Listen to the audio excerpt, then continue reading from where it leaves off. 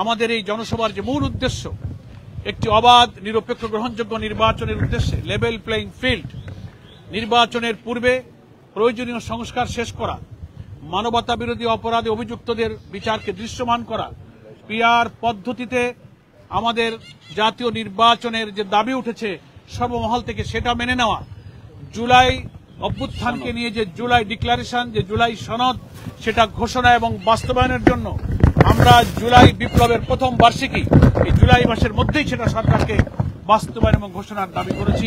সেই দাবি এই ময়দানের জনসভা থেকে উত্থিত হবে। আমরা জাতীয় নির্বাচনের আগে স্থানীয় নির্বাচনের দাবি আমরা করেছি।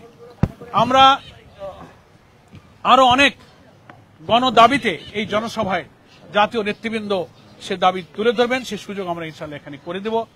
বিভিন্ন রাজনৈতিক দল, দেশপ্রেমিক ইসলামী সংগঠন, অন্যান্য রাজনৈতিক দল, সুধী সমাজ, সুশীল সমাজ, সব শ্রেণী পেশার ধর্ম বর্ণ নির্বিশেষে সকলকে আমরা আমন্ত্রণ জানাচ্ছি।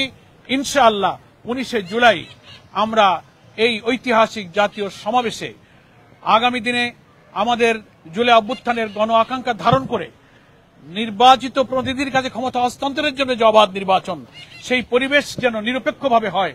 সরকার, নির্বাচন কমিশন, সমস্ত প্রশাসন যেন নিরপেক্ষভাবে মানুষের সকল সংশয়কে দূর করে নির্বাচন সুষ্ঠুভাবে পরিচালনার জন্য একটা লেভেল প্লেইং ফিল্ড, কোনো দিকে না ঝুঁকে সবার ক্ষেত্রে সমতার ভিত্তিতে যে গণদাবি উঠেছে এটা যেন নিশ্চিত করতে পারেন, এই লক্ষ্যে এই জনসভা সফল করার জন্য দেশবাসীর কাছে আমরা আহ্বান জানাচ্ছি। সরকারকেও এই জনসভা সফল করার জন্য তাদেরও প্রশাসনের সমস্ত বিভাগের, সরকারের সমস্ত পর্যায়ের যারা কর্তৃপক্ষ আছেন, পূর্ত মন্ত্রণালয়ে আছেন, স্বরাষ্ট্র মন্ত্রণালয়ে আছেন, বিভিন্ন মন্ত্রণালয়ের সাথে রিলেটেড যে সমস্ত কাজ, এই সোহরাওয়ার্দী উদ্যানের জনসভা বাস্তবায়নে আমাদের সহযোগিতা প্রয়োজন। আশা করি সরকার আমাদের এই জনসভা বাস্তবায়নে সেই সহযোগিতার হাত তারা সম্প্রসারিত করবেন।